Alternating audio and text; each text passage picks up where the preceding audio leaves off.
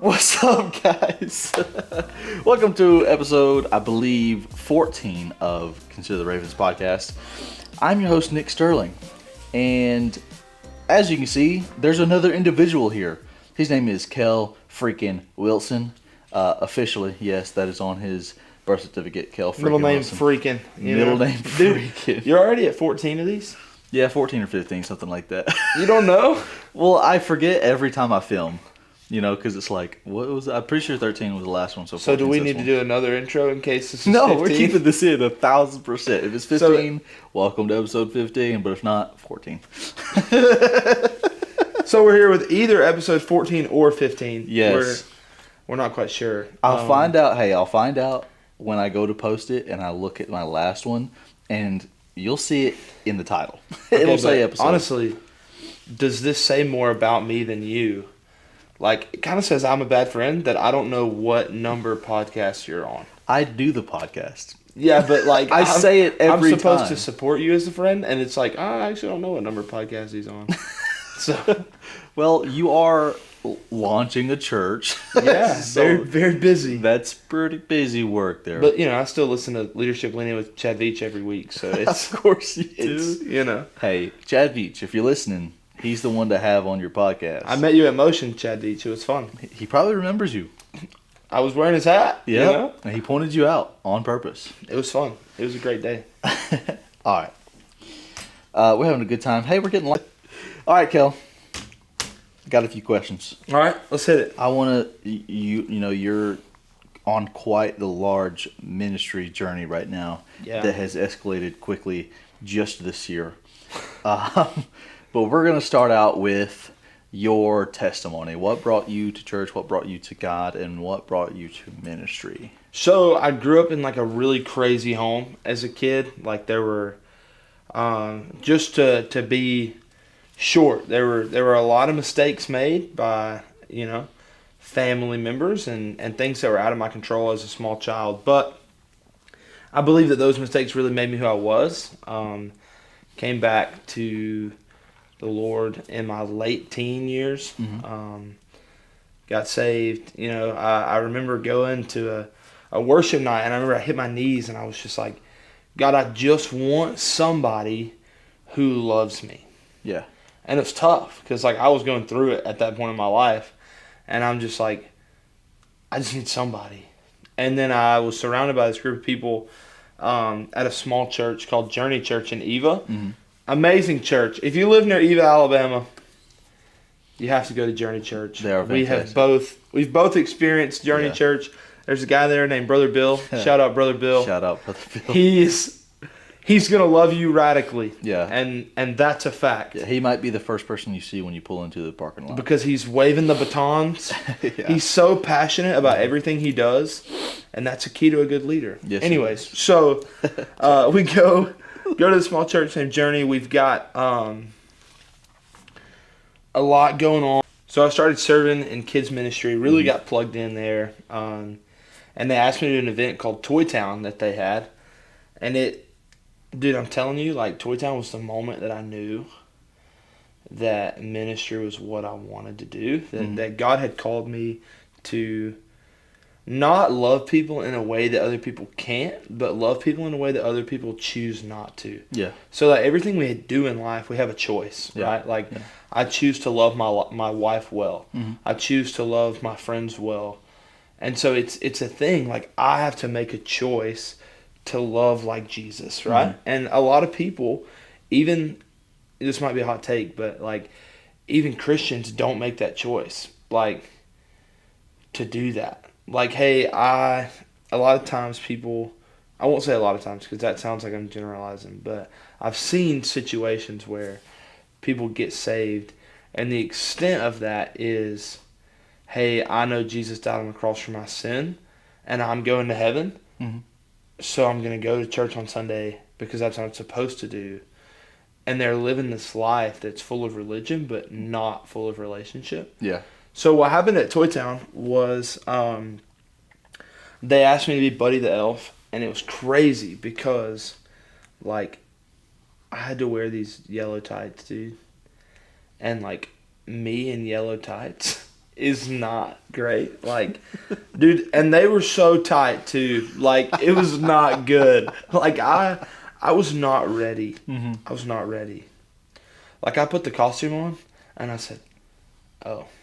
Like, I was like, like, I don't, props to Will Ferrell, you know? Because he put that out there for the world to see. Mine was just a couple hundred people. Yeah. But anyway, we go to Toy Town. We're doing VIP. So our VIP section of Toy Town was for children who were under, like, not undervalued, but kind of like they didn't have enough. Yeah. I'm not very good at the English. They didn't have enough, and or they were really sick, Mm-hmm. and so we would give gifts to those kids. So they would go through the sanctuary with all the characters, go down the hallway to see Santa, and then make a cookie, and they'd go outside to see a live nativity scene.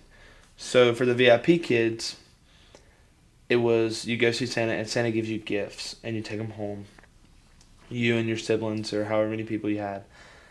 And the first kid that came through, his name was Dason, and they were like, "Hey man, you're gonna be Dason's elf." Mm-hmm. And I was like, "Cool, I'm gonna be his elf." I was a little nervous because it's like, "Bro, you're going first." Yeah. And I'm like, I don't even know what I'm doing, and I'm going first. Like, all you guys have done this before. Yeah.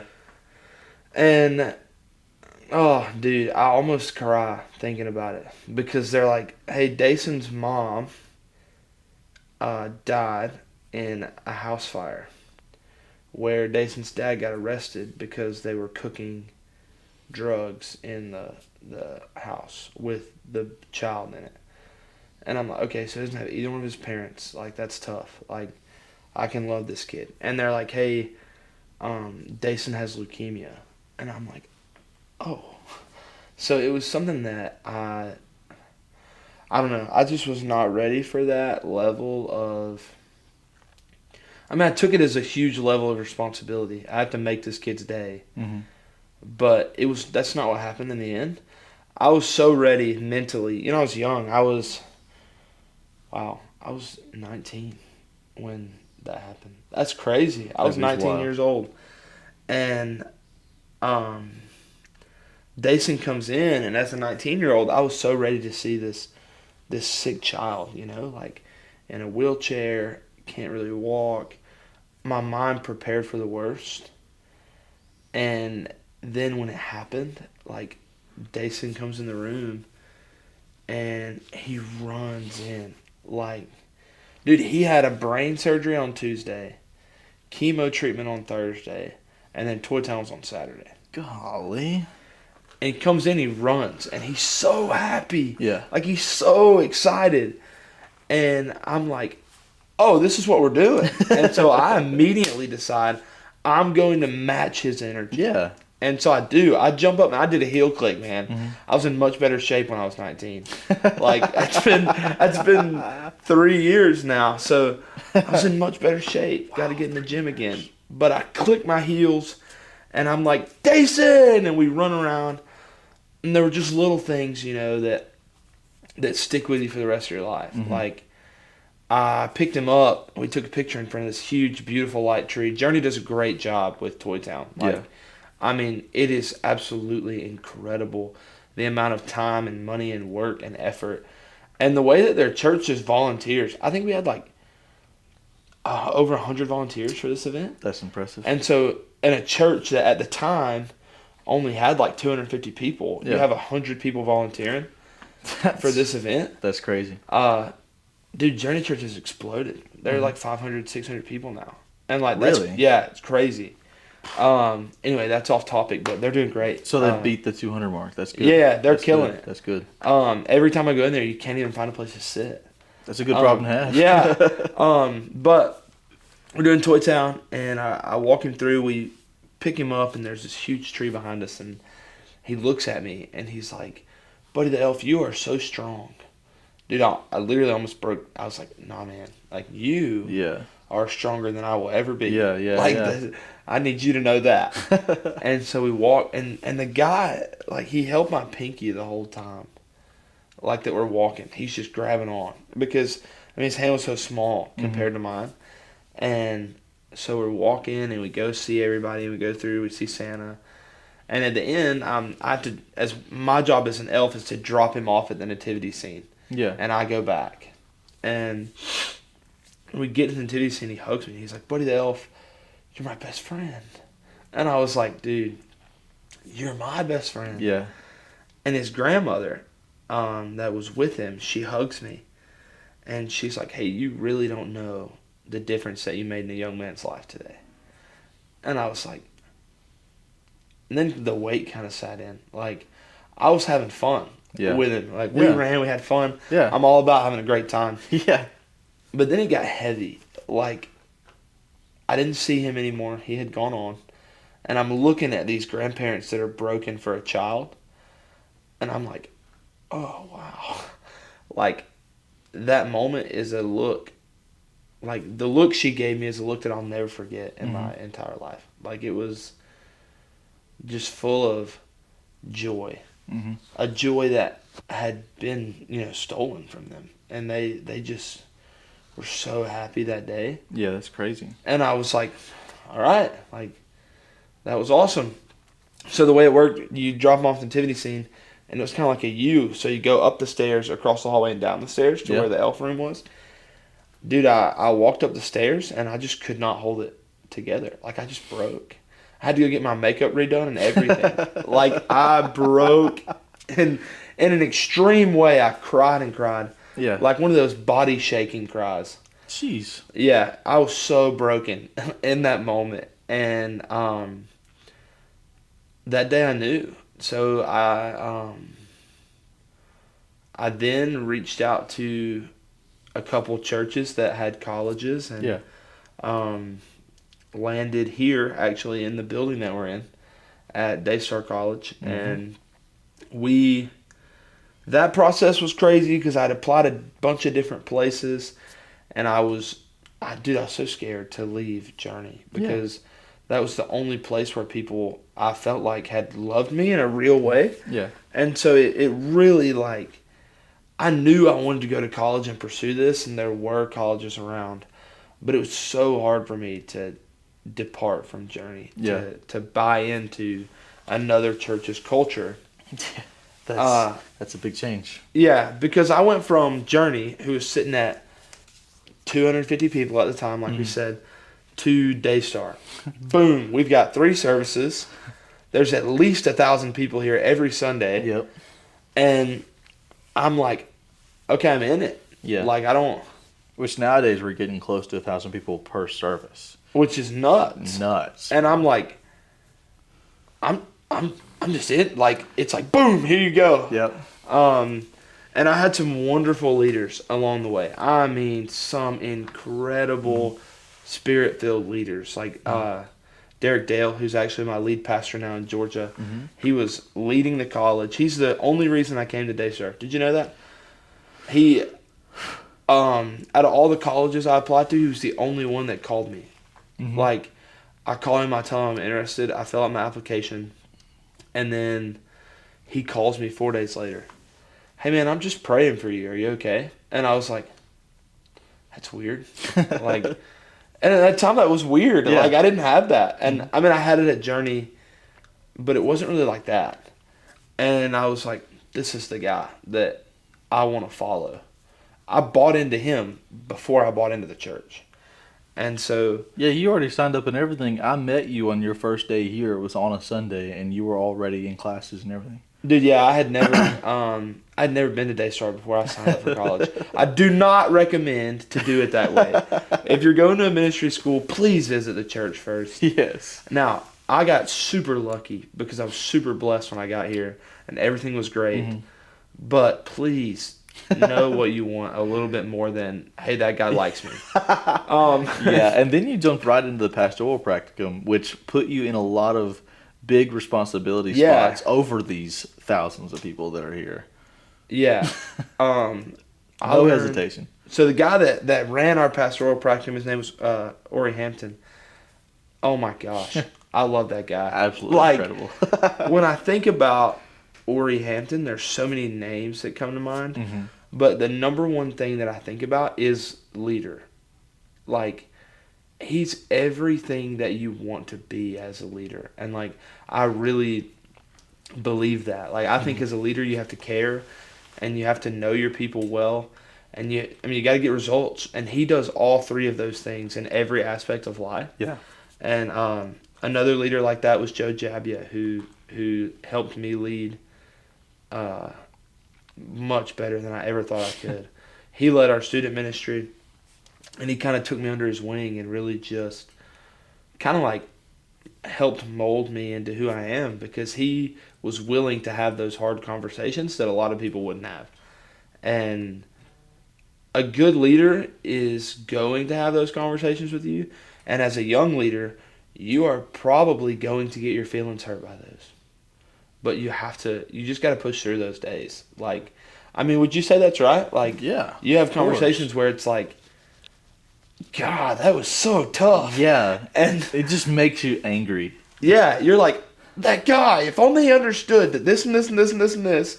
Right. And then, like, Joe had a way of taking all your excuses and breaking them down and being like, so now what happened? And then it's like, well, I just, but then when he did that, he followed it up with great leadership on, hey, here's how you can go out, do it better next time, and be successful. Because that's all he wanted. And I struggled with that for a little while because I'd never had that kind of leadership before. Mm-hmm. He's a lot more straightforward than most ministry leaders. But even with, like, Pastor Ori, or, like, I struggled with intense accountability. Mm-hmm. It was hard. I was like, oh, these guys just don't understand. But I had grown my whole life giving excuses for things and people accepting them and that being okay. Yeah. I had never been under leadership that said, cool, we all have things going on. Like, what? It really prepared me for life. And, like, church planning. Like, we're in the season that we're in right now, I would have no clue what I was doing without the leaders at Daystar College. Zero. Yeah. Like, the things I learned that you learned with me, like the silence thing. That was tough. The one day that Ori sat us in his office and he was like, boys, we're going to be quiet for 60 seconds. Dude, I will never forget how uncomfortable I got that day. Bro. But now, sometimes I will just turn the radio off when I'm driving and just be like, it's just nice. Come to enjoy it, bro. When he said, all right, let's be quiet. As soon as it started, I was looking around the room. Yeah, I remember trying to avoid eye contact with him so bad. Like, I was picking at the couch. I was, I think I was like, oh, there's a mark on my shoe. Mm-hmm. Like, I was thinking of everything that we were going to have to do for the rest of the day. Yeah. I'm like, at 3 o'clock we've got this thing. Like, and I don't remember what it was. Yeah. But he literally looks at us and he's like, you guys look so uncomfortable. And that was just 60 seconds. Bro, the anxiety that just welled up in both of us gosh. was terrible. Like, remembering that moment, I wish I could go back and shake myself and be like, it's okay. It's all right. Calm down. Just sit. Like, Ori could tell how bad it was. And the part about it was, Pastor Ori knew. But at the time, I didn't know. I thought, I wasn't that bad. Right? Like, I thought, I was not that uncomfortable. What do you even mean? What are you even talking about? And then we realized we listen to music in everything we do. Dude, it was terrible. I could not sit without listening to music. Like, it was... you couldn't shower without it. Mm-mm. And so, I just learned a lot in that season because now, in church planning, I have to take time for myself. Like, I'm responsible for... I don't have Ori, I have those guys in my life, I do. But I'm not sitting in a classroom with them once a week and them constantly hold me accountable like that. And so it's a part of, I have to grow in, hey, I have to hold myself accountable. Am I doing my silence? Am I in my word? Am I in my prayer journal? Am I like I have to hold myself? Because right now we're doing Sunday services at Pastor Derek's house.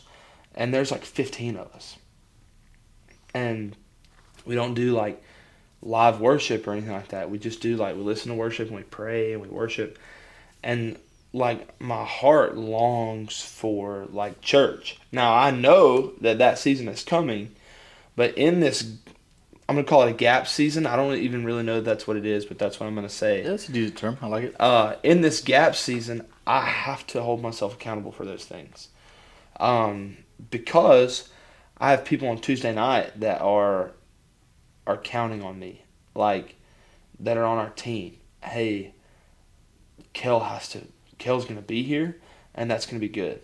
And they're looking to our team because I remember we showed up. Hang on, I'm getting ahead of myself. So we're at Daystar College. Yeah.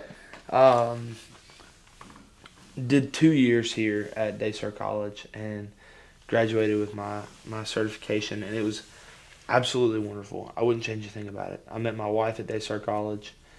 That was crazy in itself. That's crazy. And so I'm going to kind of jump forward. Did a lot of growing under Pastor Ori and Joe and Derek, and there was a lot of people that taught me a lot of things at Daystar College. That Pastor Lucas. Yeah, Lucas Eddings and Ashley House and Luke Parker. Like I learned So many. I learned so much from all these people. And if I go on a list, I'll leave somebody out, and I left you out. I'm so sorry. But I'm gonna jump to my last semester because really I learned the same things. I learned to be patient. I learned to be still. I learned to lead well. I got a lot of responsibility, and I learned to handle it before I left. And in my last semester, I had proposed to Cass. Dude, it's been a year ago on Saturday. It's crazy, right? Wow. This past Saturday was a year since we got engaged, and we had the party here and everything. And I just thought about how fast life has moved since then. But it was August of 23, going into my last semester. We had some staff changes at Daystar. I was in an uncomfortable season. I'd shifted from pastoral practicum to student practicum to help Pastor Joe with a little bit more of focusing in on students, and I loved that. It was absolutely incredible. I would not change that decision at all. Pastor Joe was called to launch a church in Houston, so he did things the right way, and he departed for Houston to plant that church. So now I am in this season where I'm like, because Joe was like my guy, you know? Yeah. And so I was like, and I would still have phone calls with Joe, and we'd talk over text, and if he was in Alabama, I would see him because he did a lot of back and forth, and because moving to Houston is hard. Like, I'm sure. And so when that happened, it was tough because I'd lost in this building one of the most influential leaders in my life. And so he was still there, he just wasn't here. And it was weird. It was a weird shift for me because I had gotten comfortable, and so I got uncomfortable, and things started to just get kind of wild. Well, they figured themselves out naturally. Just some bumps in the road and conversations with students, and all while this is happening, my fiance and I had prayed and fasted and made a decision that we were about to move to Athens, Georgia, to help Derek and Nikki plant their church. That's a big decision. Yeah, we took 40 days to pray and fast about it, and we didn't tell anybody that we were doing it, and so it was wild, you know. It was, and just some answered prayers happened that I just knew, hey, these are the steps that God is providing for us, and so we did it, and we had the hard conversations with family, and because her family's in Texas. And so that's so, you know, to call up her parents who love her so much, and they love me, and say, hey, rather than moving closer to you, we are going to move, but we're just going to move 5 hours the other way. Just like, I mean, it was tough because thank God that they are, believers and they're walking in spirit-filled life and anointing because they understood. And while it was hard for them, while they were like a little disappointed, they also were very proud that we were doing what we knew God had called us to do. So I'm in the middle of planning to get married, planning to move my life to Georgia. I'm in the middle of, I'm about to graduate college, and so I'm going through all these feelings in my head about this place, and I'm just like, man, I love this place. Like, it's going to be so hard. I mean, even coming back here and going to church yesterday, I was like, man, I absolutely love this place. Yeah. I bet you missed it a lot, huh? Yeah. And, my whole life is about to change. Mm-hmm. So at our wedding in October, we decided we wanted to do a worship set. And shout out to Nick. Nick moved the whole sanctuary in the church around. And then he texts me, he sends me a picture, and I show it to my wife, and she's like, no, I absolutely hate that. And I have to be the one to text Nick and say, hey man, she absolutely hates it. And I was like, I'm so sorry. Is there any way you can fix it? And he's like, yeah, I got you. He was such a good sport, such a man's man. And so finally, he sends me a picture again, and I sent it to her, and she's like, that's good. And I'm like, that's good. That's a great job. Yeah. And we do a worship set.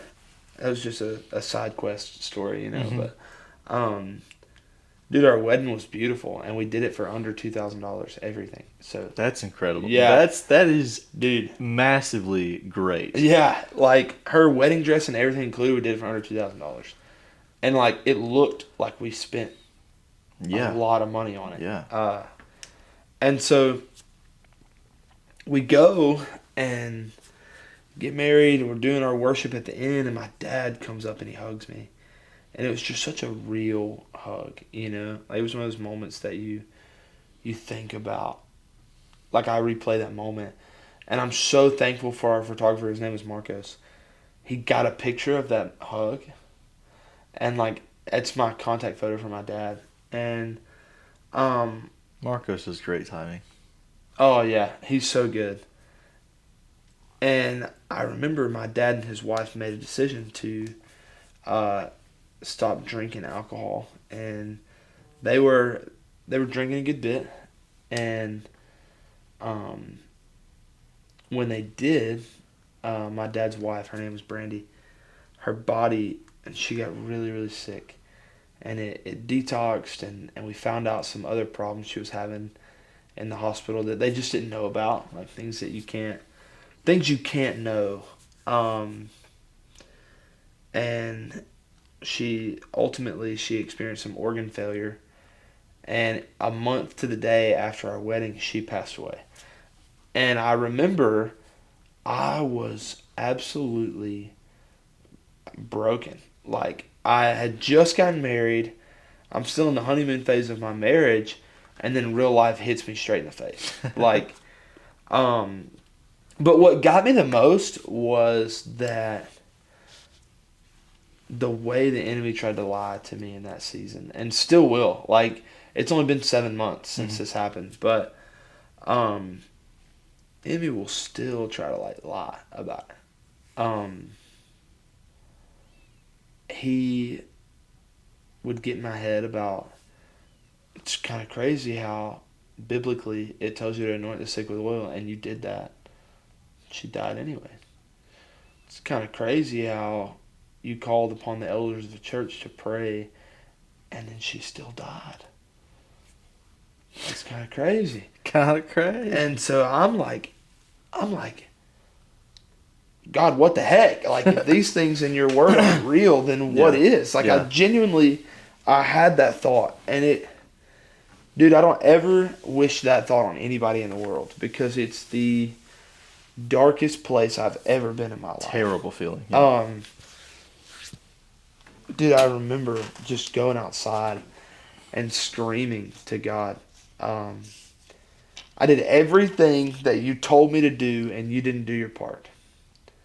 Dude, I was so angry. Wow, that is bold. Yeah, and I was so mad. And you know what God didn't do? Kill you right there. Right, You know why? and that's facts. Because God sees that and goes, okay, I get it. I hear you. Right? Yeah. Now here's some love and grace. Honestly. Right? And I needed so much love and grace in that season, especially from my wife. I was so broken. And there are days that I'm still like, man, that sucked. But I remember I was sitting here in 21 Days of Prayer. So we jump into January. Cassidy and I are moving into our new house in Athens on February 1st. Mm-hmm. So we are just taking 21 Days of Prayer to just pray and soak in who God is. And I'm wrestling, dude. Just wrestling with God about everything that happened. And I remember we sang a song. I don't remember what song it was. Maybe it's All Hail King Jesus. But there's a line in there that says, "For from you are all things, and to you are all things." That's the song. You deserve the glory. And I remember standing in there. I sing that line, and I just remember God speaking to me, "Hey, Brandy is all things. She was mine anyways." And I'm like, oh. He said, well, you have a point. You got to. And so then I began to re-look at how I saw the situation. Mm-hmm. Sorry, all that just gave me no, goosebumps. that's good. Crazy. Brandy had been sick for a while. We just didn't know it. Mm-hmm. If you go back and look at photos, you can see it over time. And that's hard because then you think about, well, how didn't I catch that? My dad struggles with that a lot. How did I not know? And there are things that you can't kick yourself over. You just can't, because you'll spend your whole life kicking yourself over. Yeah. And you just have to, what I tell my dad is, hey, you saw her every day. It's hard to notice. It's like if somebody's gaining weight. It's hard to notice if you see him every day. Yeah. But when you look at the pictures from back in the day, you're like, oh, wow. Yeah. And so it was, she was sick. And so I had to relook at it. Hey, she was really sick. She was in the hospital. So when you get really sick like that, all your blood starts to go just to your organs to protect them and keep them running. And it doesn't go to your fingers and your toes as much. Mm-hmm. And Brandy, her whole foot and leg on the right side had turned a black color, which meant that it was dead. Yeah. So they were going to have to amputate it when she woke up. And Brandy had always said that if her pawpaw died before her, that she didn't know how she could handle it. That it would break her in a way that she had never been broken before. Mm-hmm. And so I started to look at all these things, and it's like, oh man. And Brandy lived a really rough life, that I fully believe most of it wasn't her fault, but some of it was because of decisions that were made. And she just lived a hard life, man. But the last 4 years of her life, when she was married to my dad, she would always talk about how good her life was. And she had never had a man treat her well. And my dad did. And so when I began to look at it as, God, you were able to gift her the best years of her life, her last 4 years. Yeah. And if she would have made it out of the hospital, her quality of life would have gone way down. So honestly, God's grace was, just come be with me. So the way I was looking at it was through just this selfish lens of, but I wanted her on earth. Yeah, you wanted more time. For me and for my dad. Yeah. And so the side of my heart that was not selfish was I wanted it for my dad. Mm-hmm. But then I wanted it for my kids, and that was selfish. I don't even have kids yet. But I wanted her love for my children. Yeah. And because she loved them. Dude, we left our wedding. It was, oh my gosh. We left our wedding, and the last thing she said to us at our wedding was, now go make me some grandbabies. And she wanted us to have children so bad. And so I'm like, but so I get mad for my kids. I'm like, she wanted to love them so bad and she can't. But why? Like, why? Why was I so angry? I look back and it's like, dude, you got mad. And God heard you get mad. Yeah. Because God, as I've heard 100 times, God's got his big boy pants on. Yeah. Like, he can handle how you're feeling if you just tell him. And so, there were things that I've even gone back and told God, like, hey, God, I'm sorry I said that to you. Like, my bad. I'm God's sorry. like, and I'm like, okay. I'm like, dude, I'm sorry I said that. I shouldn't have. It wasn't right. Like if Job talked the way that he talked to God and still received all the blessings tenfold. Right. Like, there's nothing I can say that'll offend God. Dude, I read Job so many times in that season, and it never helped me. Like, I don't know why. It was probably my mental state. It never helped me at all. You thought you're saying things to God, and God's like, hey, what the freak, bro? Why would you say that? Yeah. And so, I would always compare myself to Job. I'd be like, am I teetering this line? Am I going too far? That's a whole different thing. Yeah. But, so the funeral comes and it was tough.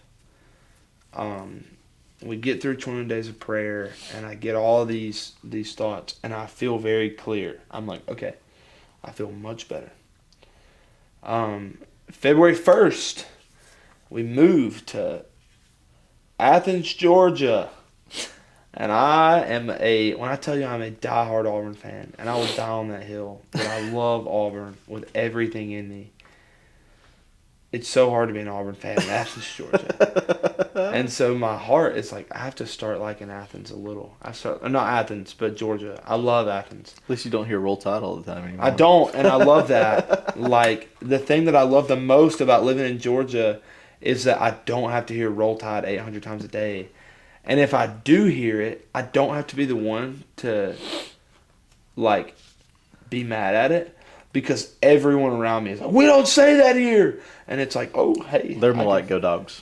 Yeah. Dude, they'll straight up bark at you. It's not even, it scares me so bad. Like, you'll just be walking on the street and you hear barking and it's just a grown man. Like, I'm not kidding either. Those people are crazy. It's just a grown man. It's crazy. And dude, when I moved to Athens, it was life changed so quick. Very different culture. Very different attitude about life. And some of the things are good. Mm-hmm. So Athens is a very left-wing town, where Coleman, where we lived, is a very right-wing town. Very right. And there are pros and cons to that. But one of the pros that I've noticed about Athens being a left-wing town is that people want to hear what you have to say. In a very right-wing place, it's going to be an argument if you have a different opinion. For sure. But in Athens, I can say, oh, you don't believe in God? Well, I do. And then we're going to have to talk about it. Like this. It's not going to be a rah-rah, you're dumb thing. It's going to be a, hey, I want to know what you have to say, and I disagree with you. Like, yeah, there's not many not believers in Coleman, or at least not many that you'll know of, because they don't just go around saying it. But if you do meet them, they absolutely will argue about it, and you'll have a hard time saying anything at all. Well, and it's the other way around too. Like, I've noticed since I moved, like, Christians are so angry. Yeah. And it's like, dude, why are you so mad? Mm-hmm. Like, if you have received the freedom of the Holy Spirit, why are you so angry? Yeah. Well, there's a lot of Southern Baptists around here that don't talk about the Holy Spirit at all in the first place. So that's already a bit of an issue, you know what I mean? Yeah. And I just want to know, like, I just want to be like, listen, like, if you're studying to be like Jesus, why are you so angry? Like, I just can't wrap my head around it, but it's really not that way in Athens. Dude, we get there, we go to this church. I'm going to tell you the story. The story's so cool. Yeah. I need to hear it. It's a church called Phoenix City. They're in the middle of changing their name. Okay, like they're trying to get a name change. They're trying to break out of it's kind of like a church chain, but I think they're trying to leave. I don't know all the details, but they're trying to change their name. They're buying a new building actively, and they are trying to get a new contract and all that stuff. Most churches, from a business aspect, would try to hang on to their people because, I mean, the church can only go so far as generous as the congregation is, right, with their tithe. So that's where most of the church's revenue comes from. It's from tithe. And these people, man, it's a church co-pastored. Dude, I did not think that co-pastoring a church could work until I went to this church. Like, we had that talk. Yeah, we had an idea. And then I just don't think co-pastoring works. Yeah, I think we eventually settled on, like, you were going to be next gen. Yeah. But also recognized as a founder. Like, it was a whole thing because... My whole concept of that has shifted after seeing the way this church runs. Really? Okay. Yeah, I think I had not seen it before, so it was weird. But these two guys are literally incredible. Either way, they called Derek and Nikki up to the platform to share the heart behind Bright House Church. They share the heart, they give their spill, and the pastor looks at his church that is about the size Journey was when I was 19.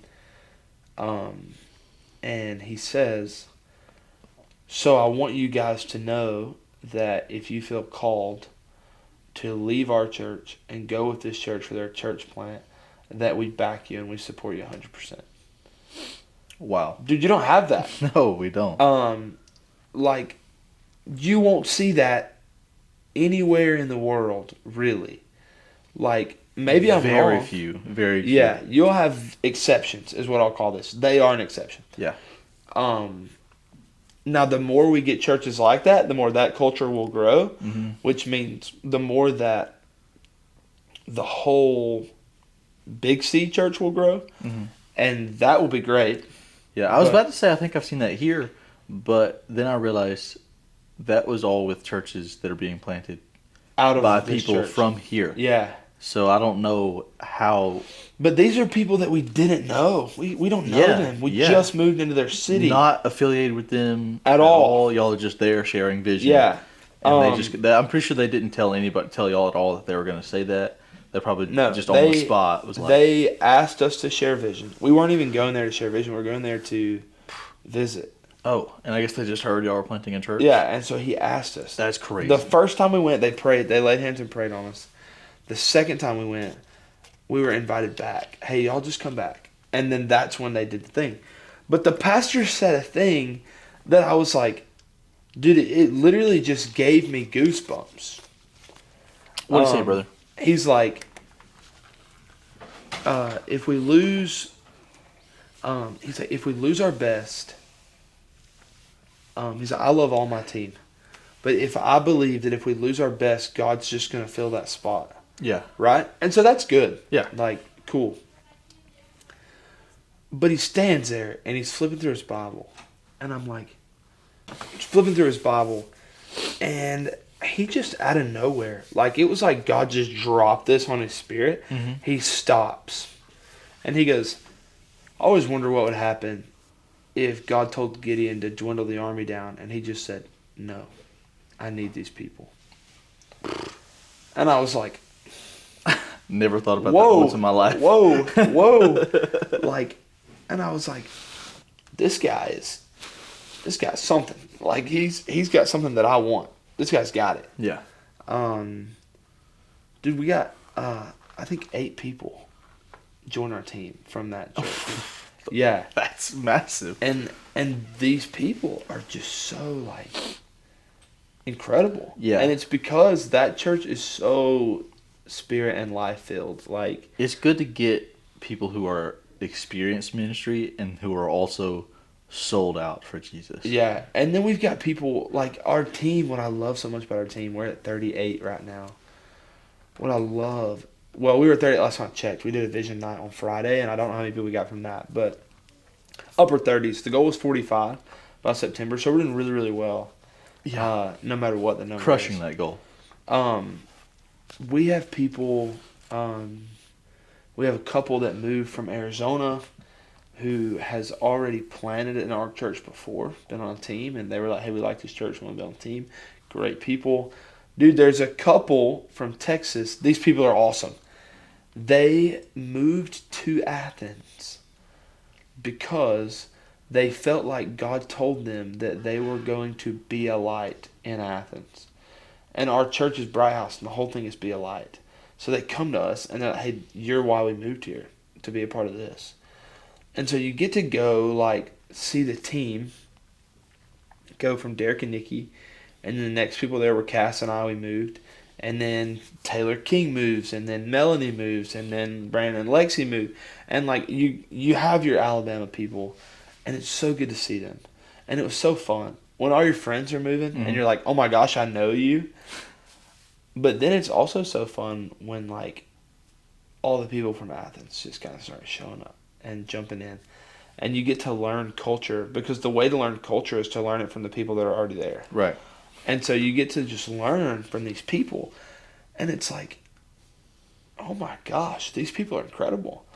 And you hear all these stories. Like, you hear all these stories. And they break your heart. Like, these stories, they uplift you. They break your heart. They give you something.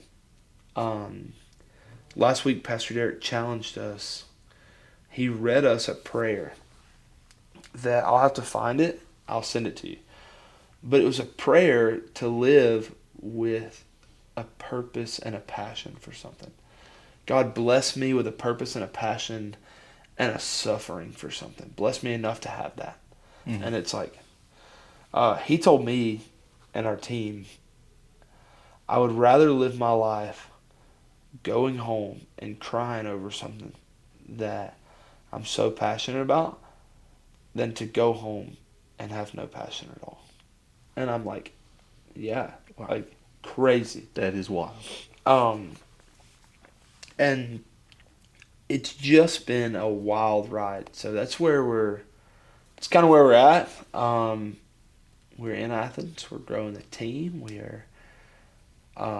We're struggling through it some days, and some days we're running through it, you know? Like, what I've learned in this whole story, and all the stories I've told you, leaving Journey Church was hard. Starting to come to Daystar Church was hard. Leadership and accountability was hard. Mm-hmm. Getting married and immediately losing your stepmother that you love so much, hard. Graduating college and moving to a new city to plant a church away from this church that you now have grown to love so much is hard. But in every hard season, I look back and I know that there was so much sweetness right outside of it. Like, God honored the hard season, and it was just so beautiful right at the end, right on the other side. I couldn't see it in the moment, mm-hmm. how amazing it was going to be.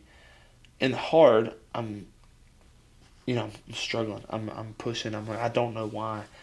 But then it's so sweet right after that. Because mm-hmm. right now I can tell people the story of how Brandy died, and they're like, wow. You know? Mm-hmm. And I can walk through that season of life with people. Or I can tell people about the time that I got hit with some hard accountability. Hey man, you left and you didn't tell anybody you were leaving, and now this has not gotten done. You know? Oops. Like, and so I don't know. That's exactly how I feel about it. I was talking to Cass yesterday, and she said something that was so full of wisdom. Cassidy is my wife. I don't know if I've said her name this whole time. So if you're watching this and you don't know, Cassidy is my wife. I was talking to her yesterday, and she said to me something that I literally cannot shake.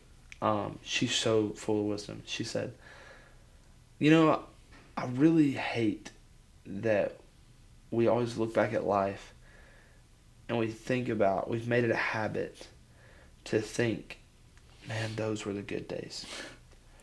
And she joked. She was like, it's kind of like Andy Bernard from The Office. It's like, I wish there was a way to know you were in the good old days before you left them. And she was like, but there is. You just have to see the good every day.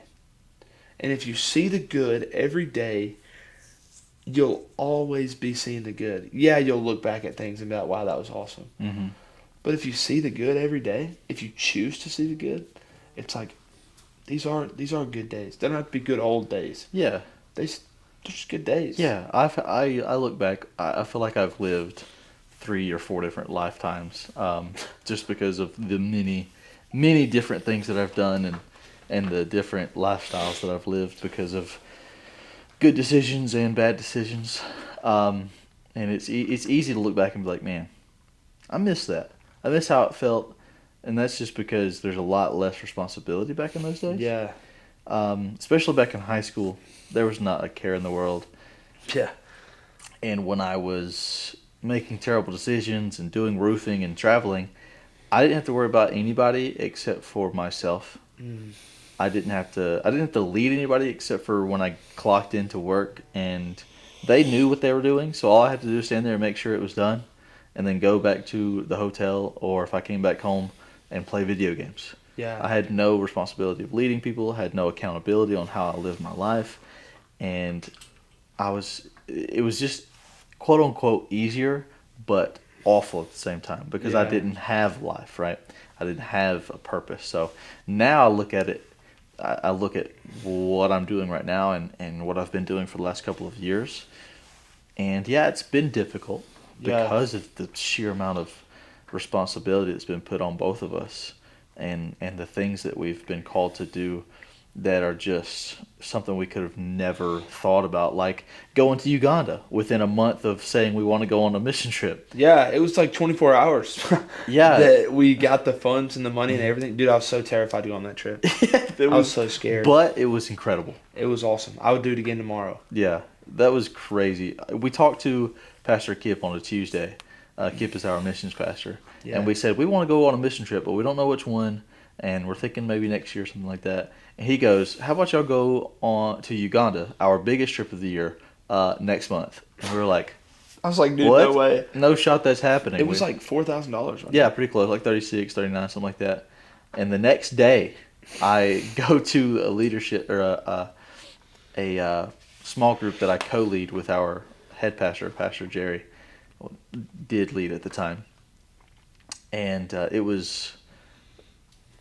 there were some guys that showed up for the first time that I'd never met before a day in my life. And at the end of the small group, we said, hey, any prayer requests? And I said, hey, guys, me and my buddy Kell are trying to go to Uganda next month, and we need funds for everything, like to pay our way, pay our ticket, and funds and passport, all of it. And after we prayed, a guy came up to me and said, hey, I'm going to sponsor both of your trips. I said, what? Well, first he said, I'm going to sponsor your trip. I'm going to send you and your wife. He thought I said my wife, Kelly.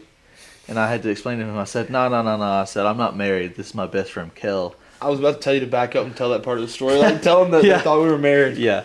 And he was like, I just can't go. I'm just going to send you and I was like, no, he's my best friend. He needs a sponsor too. And he was like, how much was it? I said, about $3,600 a piece. And he said, he kind of thought for like maybe 2 seconds and said, yeah, I'll go ahead and sponsor both of y'all.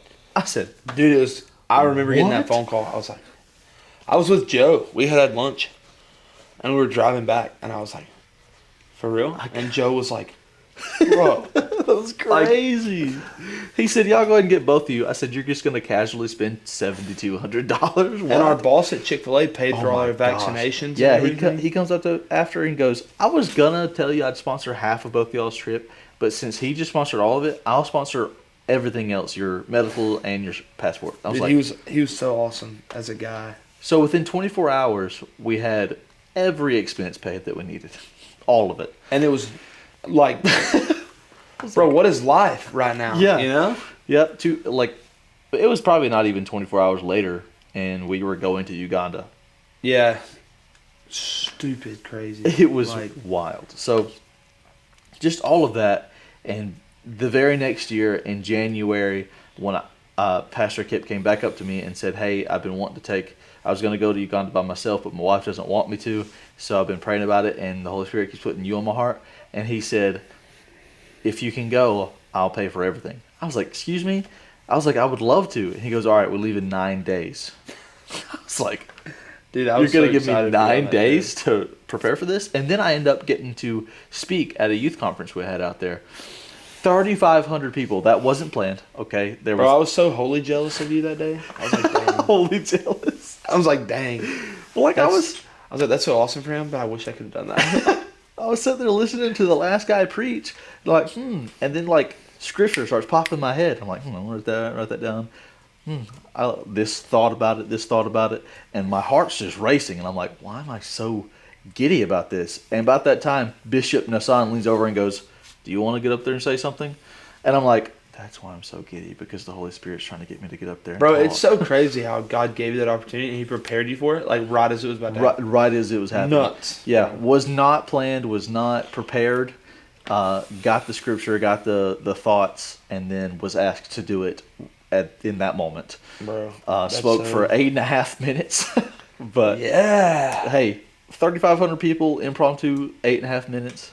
I think that's pretty good. It was pretty awesome. Yeah, if you do all the math, it's a lot of numbers. I was trying not to pass out because I was like shaking a lot. I get up there, I walk up the stairs, and I say good morning because it's like, I don't know, 10 o'clock, and I'm walking up there, and they say good morning back in their language, and I turn around, my heart dropped when I seen every space filled on the ground, every space filled on the balcony, and then like people outside the door looking into the windows. I was like, Bro, it's one of those moments that like you will never forget that though. not a Like, second. Yeah. Bro, it was your fault that I don't know about fault, but it was because of you. That's what I'll say. That we led worship on national radio That was so crazy. in Uganda. This guy asked Nick if he could play the piano, and Nick's like, yeah. And then Nick says to the guy, hey, and Kell can sing. And I'm like, no, he can't. The guy's like, you can sing? And dude, we're at dinner. We're literally sitting at dinner in Uganda with a bunch of people that, like, I maybe know 5 people on this trip before we leave. I ended up knowing everybody by the end. And I have to sing at this table in front of everybody. So I do it. And the guy's like, that's so good. Do it tomorrow at church. And I'm like, What? do it at the what, who, where? Like, I'm not anointed in that. That's not my thing. I thought he was joking, okay? And he goes, Oh my gosh, dude. And you are going to lead worship tomorrow morning at church. I said, what? He's like, you're going to play the machines, which is piano to them. Yeah. And you're going to sing. You're going to lead worship for one song. Oh my gosh, dude. I was literally, I'm sitting there in service and they do their dances and like church service is crazy in Uganda. It's awesome. They pick the chairs up. Yeah, over they're their lifting the heads. chairs up. Legit. Crazy. We've done all the things and I'm like, yes, they forgot. I was like, they forgot. I forgot. Yes. No. We finish and the guy's like, and I was like, waves us I'm up like, there. dude, no. Like, we had picked a song just in case they were for real. Okay. We didn't practice a single time. Okay, Kell and I have never played and sang together at No. all. Not a single time. I guarantee looking back, that was terrible. It had to be awful because I got the notes from a guitar app. Dude, So it was not even the right notes for a piano, and he didn't realize that the piano was on some synthesizer. I just started going, bro. And he started singing, and it was not even ready yet. They were still changing the settings. They tried to give me a mic. I said, I'm not singing. Get out of my face. No, sir. He's singing, and I'm like, okay, now I have to look at here, see where he's at, and start playing. Sounded awful for the first, at least, probably 2 bars. And then he started getting into it. I started getting into it. Dude, I just think the Holy Spirit was in it, for Yeah. sure. The Holy Spirit was definitely in that moment. Mm-hmm. Something I'll never forget. Something I never want to do again. Yeah, they improved it greatly by getting up there and playing drums and singing behind you. Yeah, like, dude. Cheryl, Kip's wife, has the video. And I have the I video. still have yet to see it. Really? You have it? Yeah. I need it. I'll send it to you. Please. I've never watched it. I'm probably going to cringe so bad. Dude, yeah. Like, But I love the photos we got from it. oh yeah, they were good photos. But yeah, that was crazy. Some of these things you just forget about until you start talking about them. Yeah. And bro, we've known each other for a little over 2 years now. Yeah, two and a half. now. It's a lot of life. Yeah. I mean, it not really when you think It about it in doesn't the grand feel. scheme of things. It feels like, you know, in some sense, it feels like I've known you my whole life, but in another sense, it feels like I met you last week Yeah. because so much has happened in such a short amount of time, and But that's good, bro. Like, we're supposed to have those friends that you meet and you're like, okay, these are lifelong friends, and you know that. And I don't mind the pod going this long because I haven't seen you in a while, bro. Dude, it's been a long time. You live in another state now, so Yeah, it's been 5 getting months. to talk to you just feels like it used to. It feels like nice. good friends. Yeah. Honestly, sometimes in this, I forgot we were doing a podcast. Mm-hmm. We're just talking. Yeah. You know, and I think that's the best part of it. Yeah. So, wow. Anyway, so all the responsibilities, it's just crazy. But you're right, and Cassie's right. Just being in the moment and realizing how good things are right now, and making sure that you are intentional about making things good, because you can make good things bad. You can make bad things good. It's all a mindset. Yeah, for real. Yeah.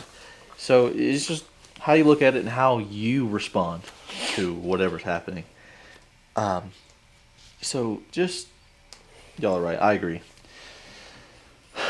Well, I don't know how long this is going to be, but that was a good episode. I like that. You answered all the questions I was going to ask. I was going to be like, what's your testimony? What's God doing in your life right now? What are your dreams and aspirations? And I feel like your dreams and stuff are kind of intertwined with Bright Hearts Church at the moment. Yeah. So, you've answered all that, and we got a good few stories out of that too. Got some laughs. Yeah, that's awesome. So this is Kell Wilson. He is my best friend, and yeah, I have a couple of those, but doesn't take away from the words. It doesn't take away from how good friends he is to me. We've been through a lot of life, a lot of ministry together. We've learned a lot together. We've butt heads a few times, not seriously, but not anything stupid, maybe. No. But. Yeah, good times. Thank you for coming on. You're leaving later today to go back to Athens, right? Yeah, we're going to lunch with some people, and then we're headed out. But, yeah. Dude, thanks for having me. This was fun. Yeah, man. I appreciate. I'm so glad that we got to do this. Yeah, man. Didn't you suggest this? Well, you were like, I got to come to Athens to record an episode of the podcast. Yeah. And I was like, I got time in the morning. Yeah, if you can do it tomorrow. I didn't have any plans for this morning, so that worked out perfectly, bro. Nice, man. Thanks, man. Yeah, man. Appreciate you. I guess I'll see you in the next episode. Peace. Maybe 16 or 17. Maybe 16 or 17. Peace.